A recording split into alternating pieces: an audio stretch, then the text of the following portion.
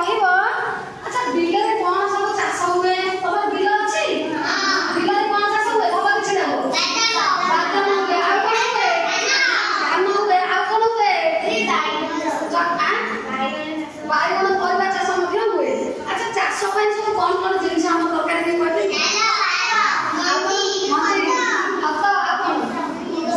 ଗୋବର। ଆଉ କଣ କୋଉ ଜିନିଷରେ ଆମେ ଯେତେବେଳେ ଚାଷ କାମ କରୁଛେ ସବୁ ସେଠି କଣ କଣ କରୁଛେ? କି କାମ କରୁଛେ? କୋଡ଼ିରେ କଣ କରୁଛେ?